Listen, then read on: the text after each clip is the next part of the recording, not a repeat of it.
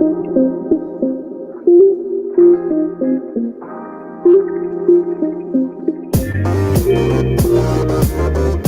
to the Wolverine Digest podcast, the best spot for objective and authentic coverage of Michigan athletics. If you want open dialogue, honest opinions, and in-depth coverage of the maize and blue, this is the podcast for you. And now, here's your host, Brandon Brown, joined as always by Chris Bradler. We are back. We're back. It's Friday, folks. It's Friday. It's, we're about to enter into week 3 tomorrow afternoon. Michigan will take on. Does it feel like it's going by fast? A little bit. We're already in week 3. A little bit. Yeah, we're about to be a quarter of the way through the season already tomorrow. But yeah, week 3 tomorrow. Michigan hosts Northern Illinois. I personally think it's going to be a bloodbath. We'll get into that a little bit later on. We got a lot of stuff to talk about today. We were talking about this before we went live. Friday's kind of like the loaded day because, I don't know, it just seems like a lot of stuff you would want to talk about kind of naturally pops up like the day before the game. So we got a lot of backloaded stuff here. I really liking the way the podcast is coming together throughout the week, and hopefully this Friday show continues to live up to that. So we'll get into it. Right off the bat, I just want to talk about, we're not going to spend a ton of time on it because we put a story up on it yesterday, but Michigan did pick up a commitment from Mason Graham, 2022 defensive tackle out of Anaheim, California, from Servite High School. 6'4", 295 pounds. Doesn't have the typical look of like the long, lean, freaky athlete, but this kid's an athlete, man. If you put on some of his clips, like he plays 7-on-7 a little bit. He can make somebody miss. He actually goes out and like catches passes and stuff. Not typically what you see out of a 300-pound interior defensive lineman. Kid's a big-time wrestler as well, which, I mean, Michigan's had some success with dudes like that in the past. Mike Martin, maybe most recently and most notably, but pretty decent commit. I mean, I'm not going to sit here and say like, oh, this is a program-changing win on the recruiting trail, but he was committed to Boise State. Picked up his Michigan offer just a couple weeks before that Washington game, came in for the official visit and ended up flipping, a couple days later. Probably told the staff before he left, then filled some people in, let it soak in and settle, and then announced it yesterday. So it's a nice get. It's Michigan's first interior defensive lineman in the class. They now have 16 members of the class, and it's rated right around there, 15 or 16 in the country, depending on where you look. So don't need to go into much more detail than that, but I guess I'll ask you this way, Chris. Michigan hosted a massive list of visitors, several 5-star kids. Obviously, this Mason Graham had a great time, saw what he saw from the Michigan defense, flipped his commitment from Boise to Michigan. I guess, are you surprised that environment had that kind of impact on him? And then maybe on the flip side, are you surprised that maybe there weren't a little more fireworks coming out of that weekend? No, to both questions. I'm not surprised that, it had an impact on a kid like that, but I'm also not surprised that we haven't seen more come out of it after the weekend. I mean, there actually was plenty of smoke around, Giles Jackson and his visit that was there coming off of that weekend. And there were some images of him with the guys. And then obviously you had USC stumble to Stanford. So yeah, I mean, it was, you guys like you and I will never understand what it's like to be recruited by, a top-rated program like this, and then going to Michigan Stadium into that environment and to just picture yourself having the opportunity to play there. I mean, it was special for guys like you and I from the press box seeing it. But I think as the days have gone on throughout the week, everybody sort of looked back and was like, man, that was a special night. That was pretty impressive. So no, I'm not surprised. I think Michigan Stadium has the ability to be like that every single weekend. And I think if we're going to ask the players to go out and perform against a team like NIU, like they would Ohio State, then I think it's on the fans to bring that same energy tomorrow as well. Yeah, it was an incredible night. I mean, I talked about that specifically in the article. You can check that out at WolverineDigest.com. The maze out, the flyover, the September 11th stuff, the performance, halftime performance, man. Shout out to the band. That was that was insane. I don't think I've ever seen anything like that in a stadium before. So, and then obviously the football was pretty damn good. Michigan wins by 21 points, and so it turns into just pretty much a perfect evening. Mason Graham flips. I mean, he, like I said, this kid had 2 other Power 5 offers. I'm not going to sit here and say program changing commitment, but it's a nice piece to build on because Michigan's in good shape with a couple other defensive tackles in Kenneth Grant, who goes about 345 pounds, and Deion Walker from Cass Tech, who also goes about 345 pounds. Yep. And they're still hanging around there with Walter Nolan. I don't think there's a whole lot of smoke coming from that. He eliminated Michigan from his top 3, but then he's in Ann Arbor this past weekend for a visit and checking everything out that everybody else saw. So, there's some things to build on there in the interior of the defensive line.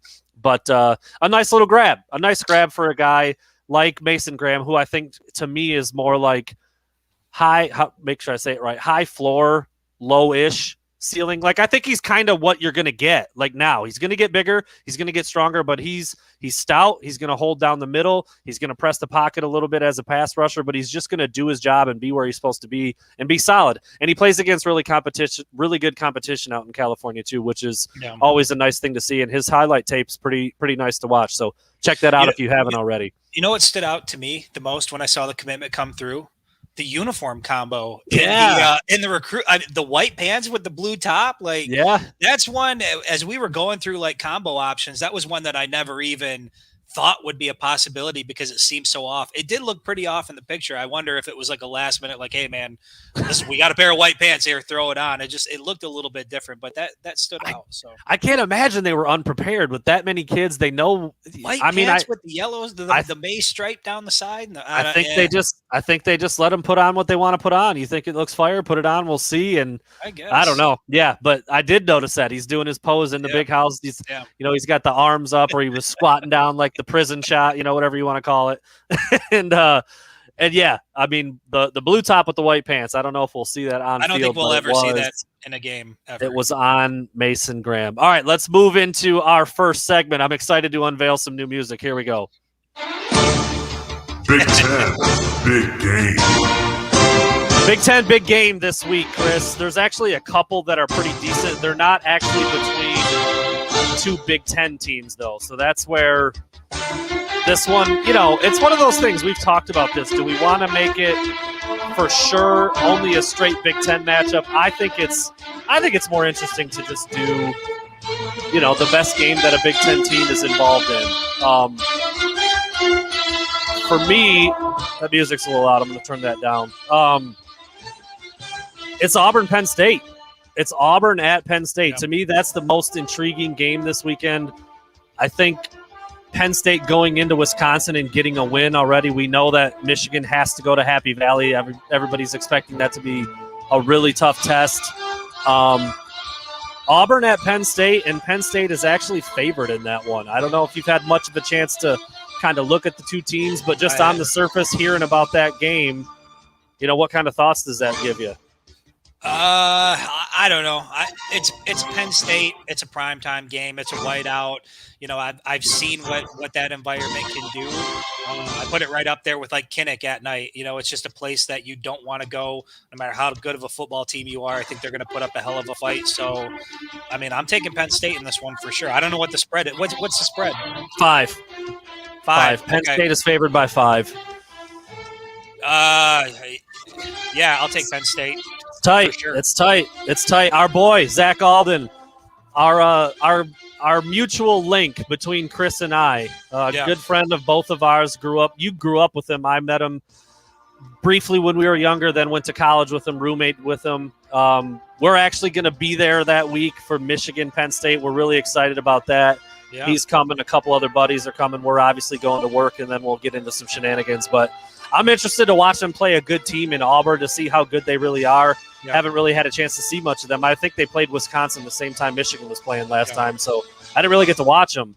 And you've also got the smoke with Franklin and USC, and that's kind of been floating out around there. So, you wonder what type of impact, if any, that's going to have on the game. Are the guys going to be up for it and looking to make a statement, or is it going to have a negative impact on the locker room? I'm not sure how things like that, how much does that actually affect the game? I'm not sure. Yeah, I don't know. I mean, he's had to address it a couple times already in the press conferences, and his name's always been floated around out there for that job. People just think he would do really well in that setting. But yeah, I don't know. We'll see. The other one is number 8, Cincinnati at Indiana. Number 8, Cincinnati at Indiana. I mean, again, Indiana thought they were better maybe than they are. This is a huge test for them. Luke Fickell's name also kicked around a little bit for the whole USC thing. Doesn't seem to be quite he's like a Midwest dude, like through and through. It's weird, though. James Franklin's a Pennsylvania guy, too. Like, for some reason, though, everybody just thinks he would kill it at USC. I don't know. We'll see how that ends up playing out. But since he had Indiana, I mean, what are we thinking about Indiana at this point? I feel the same way that I felt about them going into the year, that I don't want to call them a fraud, but I don't believe they're as good as what we saw out of them last year. And then you got a team like Cincy coming in. I mean, they're riding high. You know, they're going to join the Big 12 conference. You know, they got Fickell there. They've been playing some really good football. And honestly, I think I don't know what the spread is or who's favored, but I'm taking Cincy. Yeah, I didn't write the spread down for this one. That's my bad. I don't know. We do a spread section a little later on, so this one's not exactly supposed to focus on the spread. It's just more kind of a feel. Yeah. What are we thinking about the two teams? But I'm with you, man. I don't know. Like Indiana, I'll tell you this. I thought they were better than what they played like this year. I mean, Michael Penix, one of the better quarterbacks in the conference, but he's coming off the ACL. He's basically just came back for that Iowa game. Like, he hadn't really had an off season, not up to full strength, not up to full endurance, not up to full stamina, and he didn't play very good. He threw 2 pick sixes against Iowa and hasn't been that good. But Cincinnati they've been punching above their weight for a couple years now with Luke Fickell. And even though they're going to Bloomington, I think I would ride with Cincinnati too. I don't know the spread number, but I think it's going to be a tight game. I think Indiana gets up for that one. They're defending their home field. And that's a team I feel like they have to feel like they can beat a Cincinnati. I mean, that's not an SEC opponent. That's a Cincinnati. Like, they got to be able to beat a team like that in Indiana. But Cincinnati's been pretty damn good lately. Cincinnati, they feel like they can beat Indiana, and their team's got a lot of swagger, and that goes a long way. Like, I remember watching a couple of their games last season. Their offense is fun. Yeah. Yeah. I mean, they just play a fun brand of football. Yeah, they've got a really talented quarterback, too, Desmond Ridder. He does a little bit of everything, kind of a long strider, fast guy, can really throw the deep ball. So they've got some stuff cooking at Cincy. I thought Indiana had some stuff cooking, too, maybe not as much, but we'll see tomorrow. We'll see. Okay, Cincinnati favored by 3.5. People are jumping in here, throwing us that. Thank you for that, everybody. That's probably what I would have guessed. I would have guessed it was pretty close, and I think it'll be something like that. If I was betting on let me back up. I would not bet on that game. I wouldn't touch that line with a 10-foot pole. I don't really know. Like, if Indiana won by 3, I'd be like, all right, yep, I could see that. I don't think it's going to get away from anybody. I think it's going to be close. But I think if I had to pick, I'd probably roll Cincinnati. All right, Chris, you ready? Are you ready? Big 10, big lane. For this barn burn? Let me hear it again. Big Let's 10, hear it. big lane. Wow. Oh, I got that too. Should I throw the sad trombone out there? Delaware at Rutgers. Bring it home, baby. What time are we kicking off there? What time are we kicking off? 3:30. So Michigan fans, tune in. Tune in if you want to see. Is it the Blue Hens? And they have the Michigan light uniforms, right? Yeah. They got the winged helmets, but the weird, like the old muscle car sparkly shade of blue. A game like that, and I feel like we talk about this a lot, but a game like that just makes me feel so much more fortunate to be covering Michigan football. Like, even though NIU is coming to town, we're still going to be in the big house on a Saturday. We're still going to be watching the guys in the winged helmet running around the football field. It's going to be beautiful. Great question, Logan. We didn't get to TFG because we had our technical difficulties on Monday where my computer died out and we never got to it. So, Chris, let's fade out this music. This is an ad lib. We didn't know we were doing this. Throw on there. This fucking guy. I mean, when you talk about this fucking guy, I'm going to go with Jackson Sermon. It's the linebacker from Washington that was talking shit about shutting Michigan down in the biggest way possible. Just no way that Michigan will ever be able to run the ball. All they did was give up 344, 343, and a bunch of touchdowns and made Blake Corum look like a damn Heisman candidate. That's my easy hands down TFG. Yeah, I mean that's a really solid pick. What came to mind first for me was Giles Jackson. I mean, his return to the big house. Obviously, everybody was excited for it. Every time he touched the ball, everybody let him know. And that's what you should expect when you transfer to a program, you come back during a prime game, the fans are going to get on you a little bit, but his little interaction there with fan going into the locker room. Now, I actually, heard directly from his mother, guy. and she made some claims that, there were some, some things that went, far beyond just, friendly competition that were said to Giles Jackson. I don't know how much stock I put into that. All I will say is the same thing I said before, that you would never see a guy like Ronnie Bell, Cornelius Johnson. You just wouldn't see the guys currently on Michigan's roster doing something like that heading into the locker room. And I don't know if this is taking it a step too far, but we've heard certain players, come on and talk to us and talk about energy vampires or culture and things off. And I got to be honest, I feel like Giles Jackson and Joe Milton may have played a part in some of that culture that felt off. I'm speculating. I'm reading the tea leaves based on what I've heard, but I think it's a good thing for everybody that he's moved on to greener pastures. It's speculating a little bit, but we've heard some of the things that were said or reportedly said by Joe Milton and Giles Jackson on their way out. So, I don't think it excuses. Like you said, if some fan got super nasty and took it to a level you just don't need to take it to, that's unacceptable. But Giles, also unacceptable.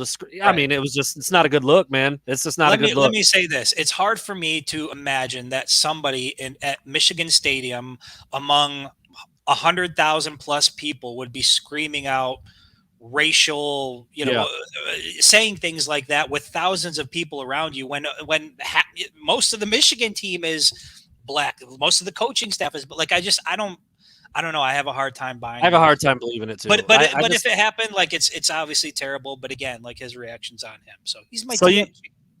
So you've got the team that you love with a bunch of bunch of young black men on the team. Like you said, the staff is very diverse at this point.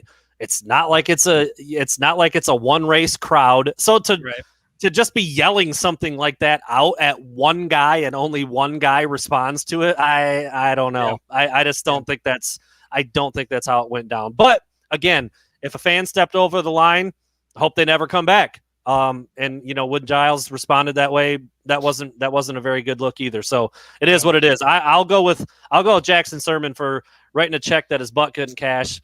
You'll go with Giles for getting a little too fired up on the way out of the guy of the stadium. So there you go. TFG, thanks, Isaiah. Isaiah keeping us on track. Somebody's got to track. Yeah, I mean we're trying here. All right, we're gonna get into over-unders now. This is another one of my favorite segments. We go back and forth with the over-unders. We got some prediction stuff. We've got the burning questions. I like these. They keep us on track. They're pretty fast-paced. We got some music that goes with them. Let's do the over-unders, Chris. You can start us off this time. All right, man, I'm going to dive right into it. The Michigan offense, at least through the air, hasn't looked too potent, but, man, on the ground, they've looked unstoppable. They're putting points on the board. I've got the over-under for total points for Michigan set at 43.5. Over. Wow, okay. Over. I think Michigan's gonna truck stick NIU all day. That kind of day, huh? I do. I think the only thing I think that keeps them from getting there is if they get up by a lot, like really early, and then put some subs in. Are you thinking a 50 piece? Yep. I got a 50 burger in mind. I do. Right. I got a 50 burger in mind. I think they're going to be really dominant running the ball. Their strength is NIU's weakness. I just think that's a bad recipe for tomorrow. I really do. And Michigan's confident right now. They're cocky a little bit. It just feels like it's going to get ugly.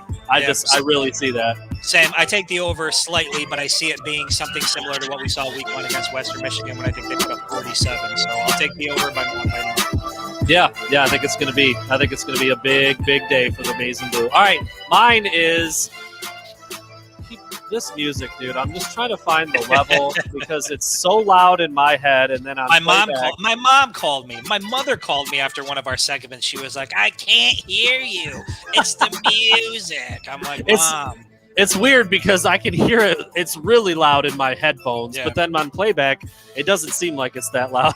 We got a couple people like, yeah, it's freaking loud, bro. Let's tone. We're not at the club. Let's tone it down a little bit. Side note, if you guys hear stuff like that out there, please chime in. Yeah, that feedback to us is crucial. I mean, I know we seem like we've been doing this for years and that we're professionals, but we need the feedback. Help us out. Yeah, I mean, and I also wonder sometimes, like, we're never going to hear how it sounds live. We can hear it on playback, but I don't know if it's different between live and playback either. Yeah, versus my headset. So appreciate the feedback. Let us know. We'll accommodate, man. We just want it to be good and have some production value. So anyway, all right. My first one is, and I think this is going to get into some topics that we might touch on a little bit later. Cade McNamara, over under 15 and a half throws. 15 and a half passes. Well, that was my next question for you, and I had it set at 21 and a half. So I just choked. What? Well, so are you talking the next 2 weeks? No. Here's my thinking, right? He threw 15 passes last week? Yeah. So and 11 in week 1, by the way. Right. So I've got to imagine that, to get up to 22 attempts is not a stretch. I mean, against Rutgers last year in pretty much a little bit more than a half, he threw about 36 attempts, I think it was. They were also losing. So, they were losing. They had to throw the ball. You know what? I'll take the over on 15. I'll even take the over on 21 and a half because I think there's a part of Jim Harbaugh that said, you know what? Those guys over there, those Sports Illustrated guys, the Wolverine Digest guys, the Wing Pump, they know what they're doing. They know what they're talking about. I think we're going to see him over 21 and a half. I might take a dump right in the middle of the press box if that happens tomorrow. I think it's under. Because I think it's crazy that 22 attempts seems like that far-fetched of an idea. Don't get me started, man. But I think it's good. I think it's because you're going to see a game flow like we did against Western, where they get up and then he's on the bench and you play JJ. Yeah. So I just don't think he's going to be in enough to throw it that much. That's true. I mean, maybe at the end both quarterbacks are over that mark. Yeah. I might even still take the under on that. If 2 or 3 quarterbacks play, it's still under that. Let's put it this way. If he doesn't have that many attempts, you've essentially given yourself 1 week of live game action before you go up to Madison, where you haven't won in 20 years. So I feel like we've hammered this all week. I feel like there's got to be an emphasis on moving the ball and finding out what you have. Yeah, no, I don't disagree with the sentiment. I just don't know, like, after we've seen it for 2 weeks, I don't see it changing. I'm speaking it into existence. Jim Harbaugh doesn't come across that way to me. That's all I'll say. All right, what you got? He's a goddamn quarterback. Oh, sorry about that. We can edit that one out. Are you going to skip because you had something? I'll skip, yeah. So I'll go to the next one. So this is kind of in line with what we were talking about with McNamara, but I'm going to go with all the quarterbacks. So McNamara, McCarthy, even if Valari gets in there. I've got the over-under for passing touchdowns for Michigan set at 3.5. I'm going to say under. I think it's going to be 3. I actually think it's going to be 3. I think they got to try to find something through the air. I mean, he tossed a couple in week 1 with only throwing the ball 11 times. I think it was. Didn't have a touchdown pass last week. I'll take the under. I think it's going to be under. Maybe it's only 2 actually. Now that I'm kind of talking through it, but I just don't think they're going to throw it. I think Northern Illinois' run defense is that bad. They're going to be able to run at will, maybe even more efficiently than they did against Washington. And just because you can doesn't mean you should. Right. I'll go. I'll go under as well. I'm in the same boat. I'll take the under on 3.5 because I think I'll give McNamara 2, and then I can see McCarthy getting 1. At some point in garbage time. Hopefully he gets more than garbage time. I know we didn't see him at all last week, but, that's something that also factors into that question. Mike Hart said specifically that, Donovan Edwards is going to get more time out there. I would expect that JJ is going to get in the game a little bit. So, maybe we won't see the 21.5 or 22.5 attempts. We call that a segue, Chris, in the business. Donovan Edwards, over or under 8.5 carries? I'm going to say over, and for that reason, for all the reasons we just said. One, I think that Michigan's going to be able to do whatever they want to do tomorrow against NIU, and I think that Mike Hart, everybody, all the running backs were in on the party last weekend, and Donovan Edwards was kind of sitting there, and didn't get to eat much. And so based on what Hart said, I can see him getting 10 carries easy. Yeah, Hart said he said he regretted not getting Donovan Edwards in the game more and giving him more touches. He's only played 15 snaps. It's not a lot.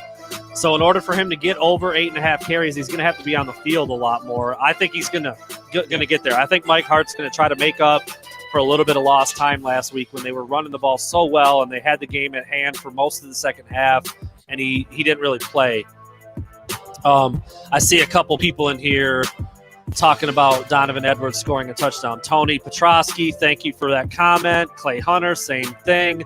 It's one of my predictions on the article I put up earlier today, my psychic vibes, my 5 very specific predictions. One of them was that Hassan Haskins, Blake Corum, Donovan Edwards all get in the end zone tomorrow. Why are we doing that in an article? Why are you not like with a crystal ball in front of you on the live with like the Swami hat and the cape like that? You know, strong.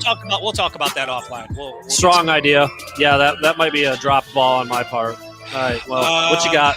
All right. So we've seen what Blake Corum's done the first 2 weeks. He looks unstoppable. At this pace, I mean, the dude he's going to have put together a pretty stellar Michigan career if he can continue this pace. We've seen him go up over 100 yards rushing the first 2 weeks. I've got the over-under at 125 yards on Saturday. For Corum? Yeah. Rushing. Yeah, over.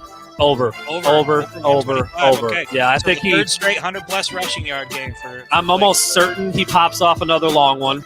He'll get half of it on one carry. They'll feed him. They'll feed Haskins. Again, the only thing that I think eats into that is if he just is taken out of the game because they're up by a lot. You do make a good point, though. You make a good point. I mean, he'll probably get 50 to 70 on one carry. He's shown that the first 2 weeks that even he's a ticking time bomb. He's kind of got that little bit that Shoelace had, right? Where he gets a little bit of a seam, he's gone. So yeah, I'd say over. Right. Yeah, I'll take the over too for that reason. We're in lockstep here with these topics. At least we've been slightly off here and there, but as we've talked about, Michigan's strength is NIU's weakness, the rush offense versus the rush defense. I just talked about what I think is going to happen in terms of how productive those backs are going to be. So rushing touchdowns set at 4.5, 4.5 rushing touchdowns. Ooh, I'll take the under. Okay. I'll put him right at 4. Okay. 4 rushing touchdowns, 2 or 3 passing touchdowns. Call it a day. So I'll take the under, but slightly. What do you got? I think I'm gonna. I mean, Blake had 3 by himself last week, right? Yeah. Hassan. Yeah. Yes, he did. Yeah, he did. Hassan had 1. I think Donovan. I'm gonna go under 2. I think you're right. I think it might be at about 4. Yeah. Getting 5 rushing touchdowns is a lot. I mean, if it's going to happen this year, it's tomorrow. But I'll go under by just a – shit, man. If I got them scoring a 50-burger, they're going to have to get in there somehow. If I don't have them going through the air, then they're definitely going in on the ground. Maybe it's a return touchdown. Maybe it's a pick 6. I'll go under, though. I'll set it at 4. I like that number. Just talking through who would have to do what. You know, that's probably 2 for either Haskins or Corum, 1 for Edwards. Maybe Danny V gets in there. Thunder Dan comes in, punches one in. We'll see. I'm glad you said pick 6, though, because that goes in well with, that's what we do. I predicted tomorrow that Michigan will get its first pick 6 tomorrow. And we did this prediction on the defense last week, and I think we were wrong big time. But, McDonald's defense, it looks good so far. I don't think we know fully what we have with it. I still have questions with the corners, especially when they go up against top-flight talent out at wideout. But for tomorrow, for the Michigan defense, I've got the over-under for turnovers set at 1.5. Can they get 2 turnovers tomorrow? Man, you'd like to see it. They haven't had one yet, right? Have they? Didn't they recover a fumble, but it was on like a 4th down? Right. I think they recovered a fumble. So they've got 1 takeaway. 1.5. Based on the way Aiden Hutchinson's playing, Ojabo seems to be kind of settling in. Josh Ross. I'll say dude. Yeah. NIU's the worst team they're going to play. It's time to 2020. Right. It's time. I know they inexplicably beat Georgia Tech in the opener this year. I don't know how that happened in Atlanta. Anyway, I'll say over. I say Michigan gets after it, picks one off, recovers a fumble. I'll say over. I think they do it tomorrow. I think they force a couple turnovers. Mike McDonald has talked about how he wants to do that. It just hasn't happened yet. So I think, you put emphasis on it, you practice it, you try to do it. But it is hard. It's hard. It's hard to take the ball away, even when you're, a better team. We've seen it 2 weeks now, 2 weeks in a row. So I'll go over, though.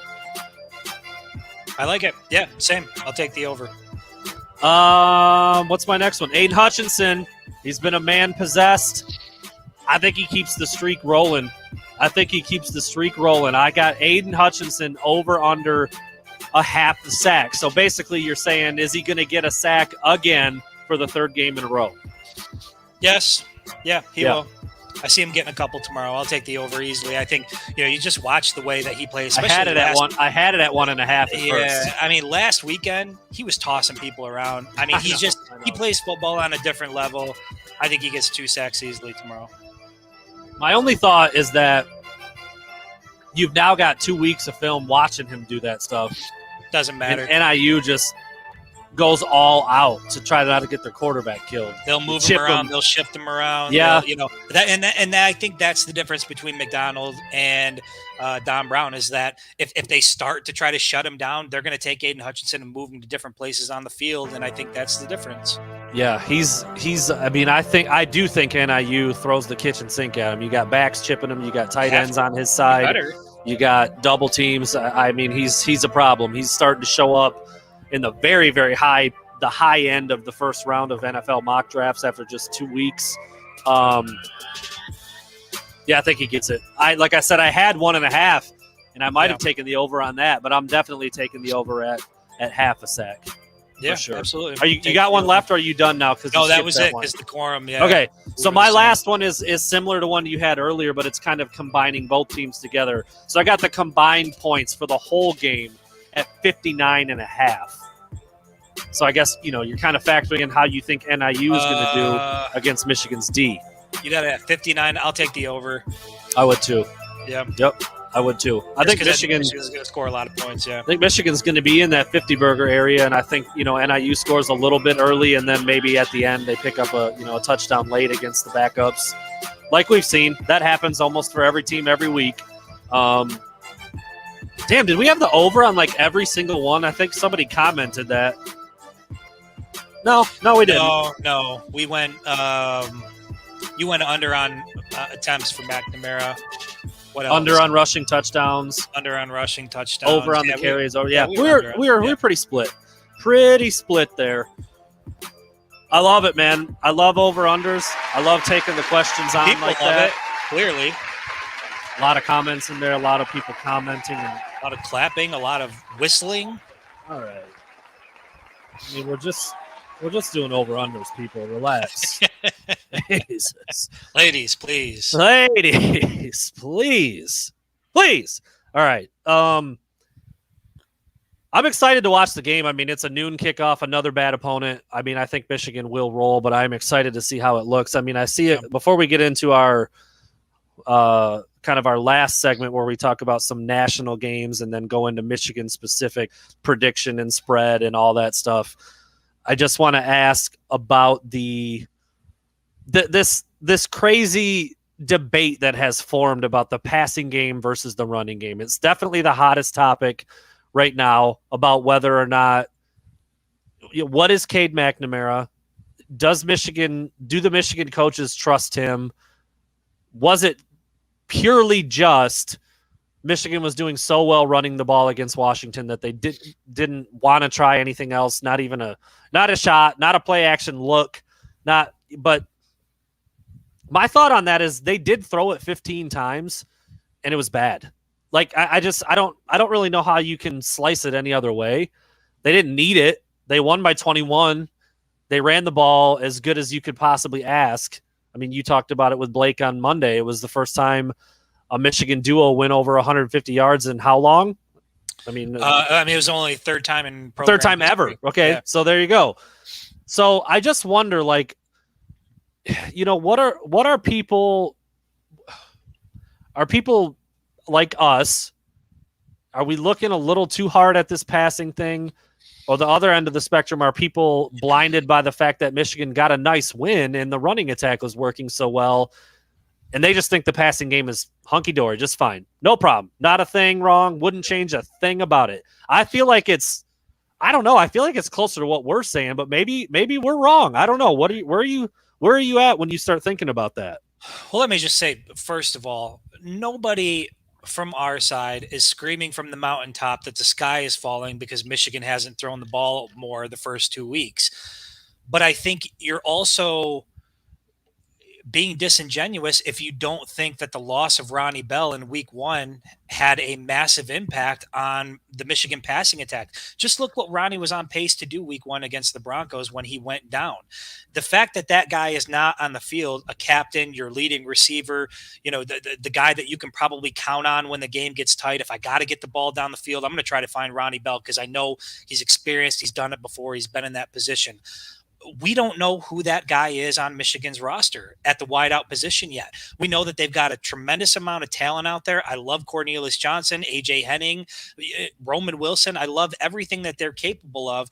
But the reality is they haven't been put in a situation where they've got to go out and do it on Saturday. And so I think all guys like you and I are saying is it would just be advantageous for Michigan to do that before they get to Madison. We know that they can run the ball all day long tomorrow, but doing so isn't going to prove all that much going into the next week. So for me, for my money, again, it's not a huge issue. It's just you look at the football game, you're blown away by the rushing attack, but you can't help but notice the discrepancy between the rushing attack and the passing attack, and you got to be a little bit concerned or at least ask questions. And if you're not being honest with yourself. The idea that they can turn it on when they want, I've heard this before, like, oh, Michigan will just flip the switch when they need it.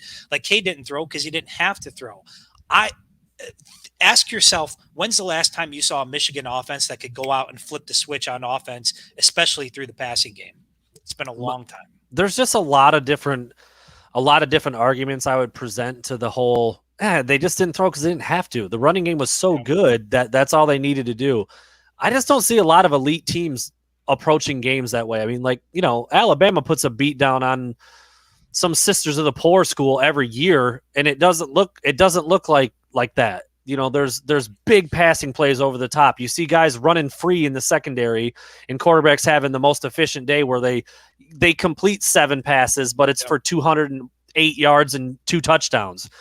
I don't know how you can look at 7 of 15 for 44 yards and be like, it's fine. They'll get it when they need it. Right. I just really don't know how you can look at that. And another angle, I'm sorry, fellas, but the track record for Jim Harbaugh and quarterback play and underutilizing wide receivers is well established. And I just don't know how all of a sudden this year, like you said, when you lose your number one guy, that it's fine. It's going to be fine. It's going to be fine when they need it. It's going to be better than you've ever seen. I just don't know how you can get to that conclusion. I'm not knocking Cade because I don't think they're asking him to do that much. I'm more in the camp of I don't even know what Cade McNamara can do. It's not that I don't think he can. I don't know if he can. You know what? That is a key distinction that I think a lot of people are missing is that it's not so much a doubt of Cade McNamara. It's not a doubt. It's a curiosity. I just want to see it. We saw the game against Rutgers last year, and then that's it. We haven't seen him put in a position where he's got to go out and make something happen. So you just want to be able to see it. Like I said, before you get into the meat of the Big Ten schedule, you don't want to have to find out that, oh shit, we've got to turn to Bowman or JJ McCarthy. And now you're already in week 6, 7, you're maybe a top 15 team at that point. Who am I though? I'm just some guy on a podcast. I'm a nobody, but I feel like you'd want to throw the ball a little bit around tomorrow. Yeah, I was on the M Zone with Jamie Morris yesterday, and before me was Nick Baumgartner. A lot of people in the Michigan market will know who he is, and he said, while I was waiting to come on, he said he was kind of on the opposite side from us. It felt like he was siding a little bit more with the fans who were like, they were running it amazing. You don't need to throw it. Who cares what the throwing looked like? He was kind of more in that camp, but he said something that made me, I felt like it supported what I'm saying. He was like, what if, Michigan was running the ball really well. And there's some fans out there and some people who said running's working really well. It's amazing. We're getting 8 yards a pop, but let's try to throw just to throw. And then he said, what if that would have screwed up and you mess around and then you're in a tight game and then you lose to Washington? Then you got a problem. You know you got an issue. Then you got an issue. And you're going to find it out at Wisconsin if you don't. And that kind of made my argument for me. I'm like, That's exactly why you do try to sprinkle it in, and you look for that balance, and you see what you have. You work on some live reps. Like at this point, the 5 starting linemen have only dropped back to pass pro like 13 times. It's not just about Cade. It's the offensive line. It's as a running back being able to block and pass protect. Pick up blitzes. Absolutely. There's so many other things that other guys have to get good at when you're going to throw the ball. So it's not just about, is Cade ready? Is he not ready? But I don't get how this idea that Michigan can just turn on the offense whenever they want. Show me the last time that's ever been the case outside of, again, and I go back to this guy all the time, but Denard Robinson was instant offense. You knew at some point you were going to get something from him. It just was a matter of when. I can't remember the last time I've ever seen a Michigan offense where I looked at it and was like, that's how an offense is supposed to run. That's high potent offense. They can put points on the board. They can play with anybody in the country. That's a top 20 offense. I haven't said that in a long time. Give me a 1 through 10 on a confidence scale. Okay. 1 through 10 on a confidence scale. I don't even care who the opponent is. I don't care where the game is. I'm saying it's 3rd and 12 and Michigan needs to pick up a first down. What's your confidence that they can do that right now? A 5? Yeah, maybe. I'm maybe 50-50 on it. That's so see, like, that's the thing. I'm not a hater. I'm not going to say 3, they can't do it. And I'm not out there, with the pom-pom saying it's a 10. Of course they can do it. It's a 5 because I haven't seen it. I just haven't seen enough of it yet. And so that's all we're asking is, let's just see some of it, because we have all seen this movie before where Michigan is just dominating through the first portion of the season. And then you get in the meat of the schedule, the wheels fall off and it's like, what the hell happened? Like you said before, in that point that I think Baumgartner made was, if Cade goes out and makes some mistakes and all of a sudden it becomes a game. And I heard other people saying, well, that Washington secondary is probably the best secondary that Michigan was going to face all year. Good, perfect. Put Cade in that situation. See what he's got. Because that's not even a conference game. Believe it or not, you can afford to lose that game and still go and win the Big Ten. So this idea that they're just holding something golden in their back pocket, waiting to break it out for, November 27th and destroy Ohio State. We've seen it. If there was something in the tank, they would have pulled it out in 2018, 2019. We would have saw it in 2020. It just hasn't been there. My former colleague, Michael Spath, that's the one that will make his blood boil the second he hears it, is when someone plays that card. Like, they're just waiting. They're waiting to unleash secret playbook. Oh, they're waiting to unleash it, baby. Harbaugh's got that playbook in a safe. What's in that final chapter of the Harbaugh playbook? And he's not going to break it out until he absolutely has to do it. Smash the glass. Can't wait, dude. Can't wait to see it. No, I mean, we're being facetious and kind of dicks right there, but it is what it is. Like, I just don't know what they can do through the air. And at some point, you're going to have to throw the ball. You're not going to run for 8 yards a carry in Camp Randall. You're not going to run for 8 yards a carry against Penn State. Probably not even Michigan State. Not Ohio. Well, Ohio State's been pretty crappy against the run, actually. But the point is, it's balance. You've got to be able to do both. If you want to run the ball all the time, like we saw against Washington, like we'll probably see again tomorrow, and probably a good bit against Rutgers, I would think. I mean, we'll see how that game ends up playing out. But you probably can get to 7 or 8 wins, I think, And then guess what? You lose to every team with a pulse, and it feels like every other freaking year that Harbaugh's had. And I just don't. I guess if that's your bar, if that's where you're at, winning that way, but not at any real high level or any elite status, we'll see. What's weird about it is that I feel like in a year where so much feels different about the approach, about the way, hell, even Harbaugh's dressing different. There's no khakis. He's not wearing cleats. Like the coaching staff is younger and more diverse. Like, it just seems like they're doing things differently.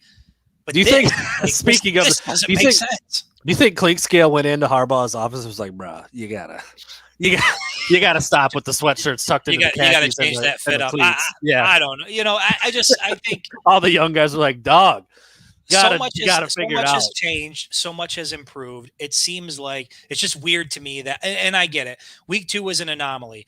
You had a team that said, we're going to stop the run. We're not going to let them run. You went out and smashed them in the mouth. You were able to do it all night. And I think that there was a statement there. So I'm not hating on the play calling. I'm not angry about it. I'm not super concerned. I don't think there's a huge problem. I just think that now is the time to maybe start testing out the passing game a little bit, see what you've got, and especially in the absence of Ronnie Bell. If you've got to find out who your top guy is going to be, who your most reliable target's going to be, find out against NIU. Don't wait until Madison to figure that out. Absolutely. I'm with you. I think that is a recipe for disaster. And you can simulate it all you want in practice. Michigan's defense has proven to be pretty good. Mike McDonald switches things up. I'm sure they're getting good looks in practice. I'm not doubting that one for 1 second. Yep. It's not a game. It's not a game. It never will be. Anybody who's ever played or coached sports or done you cannot recreate a game experience in practice, no matter how hard you try. The coaches who can get the closest usually are the best coaches there are. Yep. I don't, track records are what they are for a reason. We've heard the talks a lot that Jim Harbaugh's not amazing at getting guys up for pregame, and that there's been some flat starts. So I just don't think you want to figure that out and find out what you really have in week 5 against Wisconsin in Madison. I don't think that's the way you go. You don't want to put Cade in that position either. Cade has never. I mean, what's the most difficult road game Cade McNamara has played in his college career? It's Rutgers. I mean, it's the Rutgers game. Piscataway in an empty stadium. Yeah. So behind the 8 ball, give him credit, but yes, correct. Piscataway in an empty stadium. That's the overarching theme of it. None of this is Cade McNamara's fault, and I said this in an article I put out. The only thing he's guilty of is doing everything that's been asked for him. Yeah, he has literally done everything that's been asked for him. He could have done a little better on some of the throws last weekend, but generally speaking, it's been a solid start for him based on what he's asked to do. I just think they should ask him to do more. Yeah. Yeah, no, I mean, I think you should have week 1. Certainly had an opportunity to do it last week. Yeah, he should want to do more. He should want to be that guy.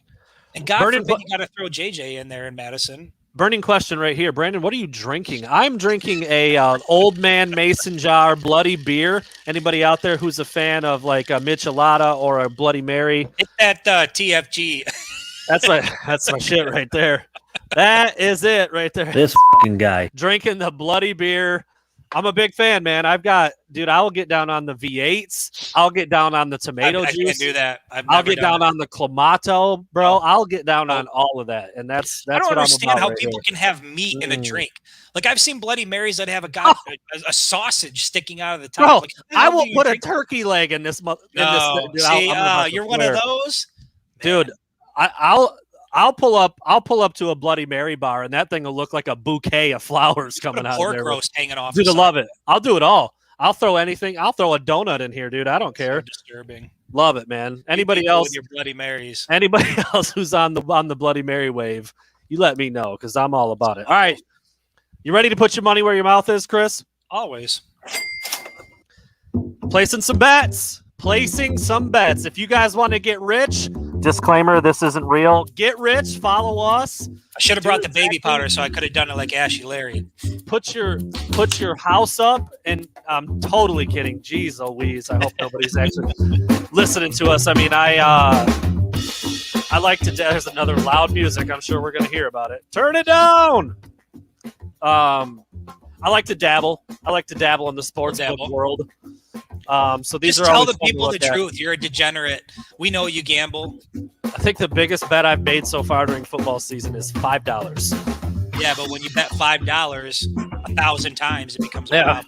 I actually hit like a 4 or 5 leg parlay the other day. $5 turned into like 65. Pretty cool. I was pretty happy about that. That was an NFL parlay. All right, here we go.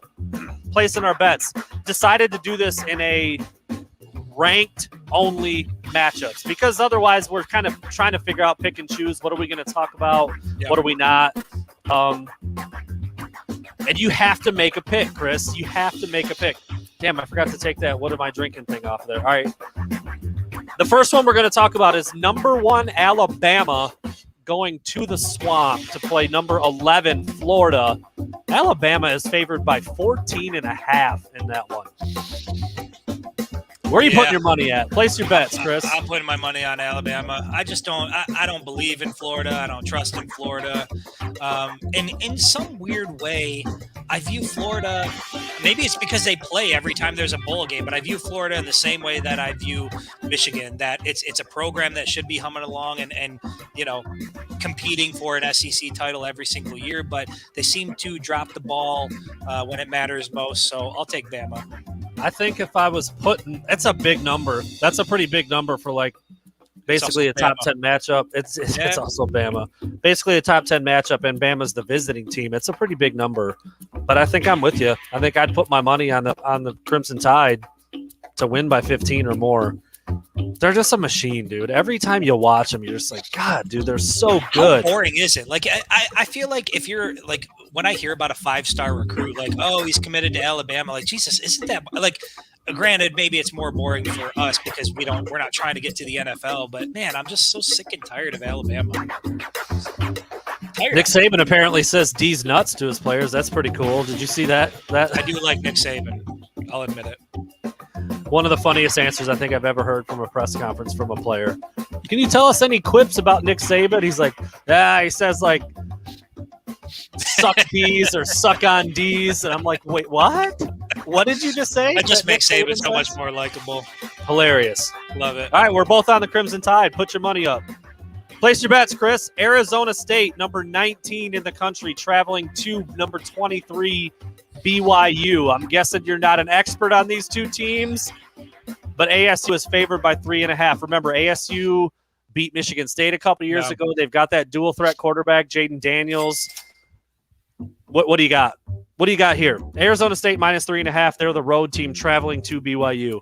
Pretty different styles here, these two teams. The Mormons are tough. I don't know, man. It's something about BYU. I think isn't their stadium like out in the mountains? It's like beautiful. It's scenic. It is. It's kind of tucked away there. I'm gonna go with BYU.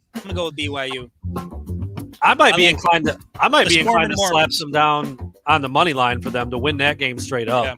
Honestly, they're the 3.5 point dog, but they're home. They take care of the ball. They grind it out a little bit more. Arizona State's like a boomer bust kind of team. They've got some explosive players, and they've got some. Don't they have some turmoil going on there too? Like they got There's some something trouble. with Herm Edwards, yeah. They got. I don't know. Some violations or something like that. I think I'd look at BYU there. If I was going to actually put some money down on that one, I would do a little bit more digging, a little more research. But first instinct is to go with the Cougars and have them not only cover, but I think win the game. Yep. I think they win the game as the home team. Yep. All right, we're talking about this one a little bit. We already mentioned it, but we'll talk about the spread a little bit more. It's number 22 Auburn at number 10 Penn State. Penn State is favored by 5 in Happy Valley. I'm going to take Auburn. Take Auburn because I do think it's going to be tight.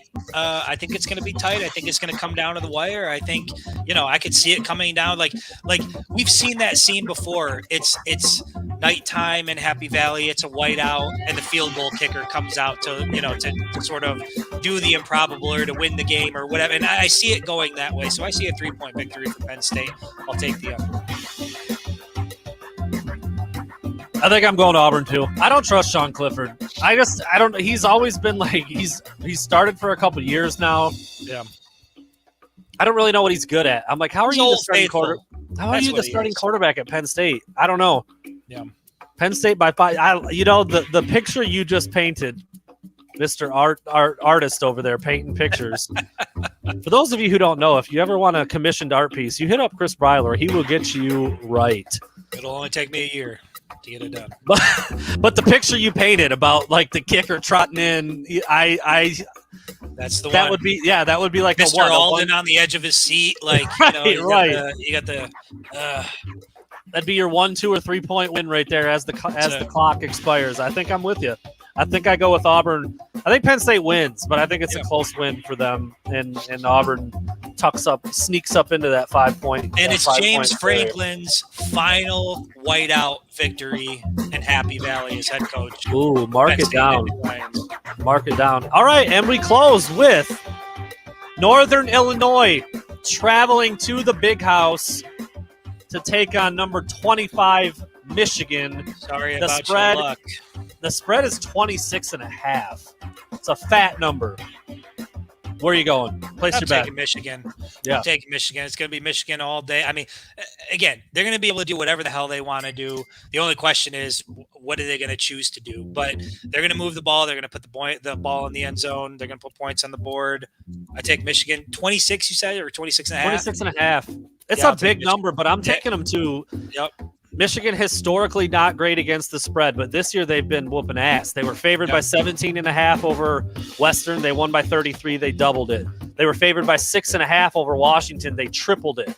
Won by 21. I think they're going to put a 50 burger. I think it's going to be like a 30 or 40 point win. 50. I think they cover. Yeah. I think they cover against NIU. I think Northern Illinois is going to struggle mightily all day to stop the run. I think maybe they get the passing game going a little bit, hit a play over the top. Like we talked about, some turnovers forced potentially there. I think Michigan covers third week in a row with another big number. I mean, I thought 17.5 was pretty big in week 1. Yeah. I don't remember if I had them covering that week or not. I had them covering against Washington. I actually had them winning that game by 10, 31-21, and obviously they blew the doors off of that with a 21-point win. So, Well, based on what we've seen from Michigan's rushing attack and given what we heard about NIU's rush defense, the recipe is set up for the over pretty comfortably. it's going to be stinky. It's going to be a stinky one, I think. I think they're going to win pretty Stinky. easily, and we're going to see. Oh, we got a question about your drinking preferences now here, Chris. As much as I hate to admit it, it's Chardonnay. Man, I had to say it live. Vote now. Chard- Vote now. I'm a What's wino. worse? What's worse, Bloody Mary or Chardonnay on the pod? I saw a Vote glass now. of Chardonnay. Vote now. All right, let's finish up here. A couple more things, Fancy and then boy. we'll get out of here. I call my son that sometimes. That's hilarious. Little fancy boy when he does something Oh, like I fur don't know. coat. I don't even know when I would, but I have called him that. All right, I was asked this today. When I was on. Got a chance to sit down and talk to Braylon Edwards, man. That's always cool. I mean, like. Yeah. I know he's like a media guy now, and he's out of the league, and he's just kind of a dude. But dude was a legend, absolute legend. He's about our All-time age, I leading think, right? receiver. I mean, go So to as- that position. As we're coming up watching Michigan as young college kids fans, like he's just dominating. It's number 3 overall pick. It's cool. It's still cool to talk to a dude like that. And they asked me a couple of good questions. I was on there with him, Ryan Ermani, and Tom Mazway on Woodward Sports. Pretty cool little spot they got over there. What's your biggest surprise position group so far through 2 games? My answer was pretty easy when you're talking about a group. But Yeah. where would you go first instinct? I would say the offensive line. Yeah, I mean, that's what I said too. You look at the success of the running backs, and obviously all the eyes and the attention go to guys like Blake Corum and Hassan Haskins. But there were a lot of questions about the offensive line. Just not only in terms of how good were they going to be, but who was going to start up there? Who were the guys going to be? And it looks like Sharon Moore's got those guys up and running. It looks solid. I know that Blake Corum gives them a ton of credit week in and week out for the success that he has. And so for me, the position group that's been the most pleasant surprise so far, the O-line, hands down.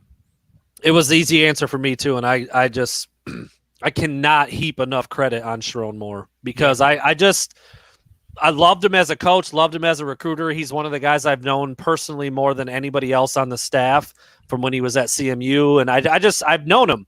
Talked to him, bumped into him and his wife when my wife and I were buying our house. I know he lives somewhere over here near me. He's got a little girl that's close to my son's age. I mean, he's just a dude that I've gotten to know a little bit more than anybody else on the staff by a lot. Love everything about his personality. Super smart guy, climbing the ranks.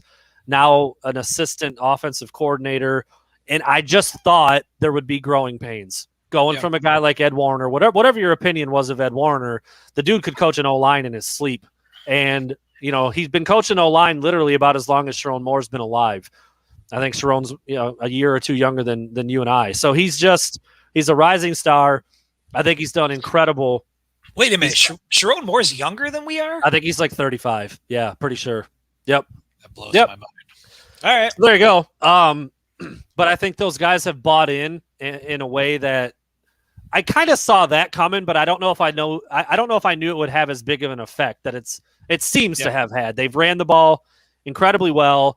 They they just gush about each other. You know, the O linemen about each other, the praise on Zach Zinner, the praise on Andrew Vistardis, the praise on Chuck Villiaga, who's not even starting anymore. Like, it's just been across the board. And I think that speaks to exactly the kind of coach that Sharon Moore is and what he's got out of those guys. And obviously they're manhandling people the way they've run the ball. So it was an easy answer for me there. And then the last one, man, before we get ready to get out of here, as we approach an hour, you know, who's somebody, name one player that you want to see take it up a notch? You know, somebody that through 2 weeks you thought you'd see more from and you haven't yet, and that you think you're going to need to when the season starts getting into the Big Ten play. Is Cade McNamara just the easiest target there? You know, that's not actually who I said, but that's not a bad answer. The thing about that is I don't think he has much of a choice in the matter, so it's hard to put it on him, but I do want to see more from Cade. I'm excited about the upside. I'm excited about the potential, but I'm also extremely concerned about whether or not he's got what it takes to make it through the meat of the schedule. So as far as the one person I got to see more from, it's hands down Cade McNamara. I actually said, and it's like no fault of his own, but I said Cornelius Johnson. I'm ready for someone like him to step up in Ronnie Bell's absence and be a junior, be a leader, be the big body guy who can also run and, you know, go up and make the contested catch. You mentioned some of those things earlier. Late in the game, you got to throw it to somebody. Who are you looking for? It was Ronnie before. Who is it now? I think it needs to be Cornelius Johnson. Some people may say, you know, Dalen Baldwin's going to be that guy, but he's brand new. He's brand new.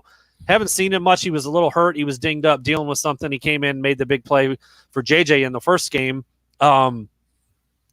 But I think Cornelius Johnson is a guy we've heard a lot about. He's a really talented kid. He's super, super smart, and just kind of seems to be the obvious choice to step into a leadership role with Ronnie Bell out. Maybe it is Dalen Baldwin. I mean, he's the old head of the group, but he's brand new to Michigan, so you wonder how that's going to look. But that's where I went when I answered the question was to CJ, man. Cornelius Johnson, who showed some flashes a couple times last year that he can be a big play guy, you know, at 6'3", 210, can run, break tackles.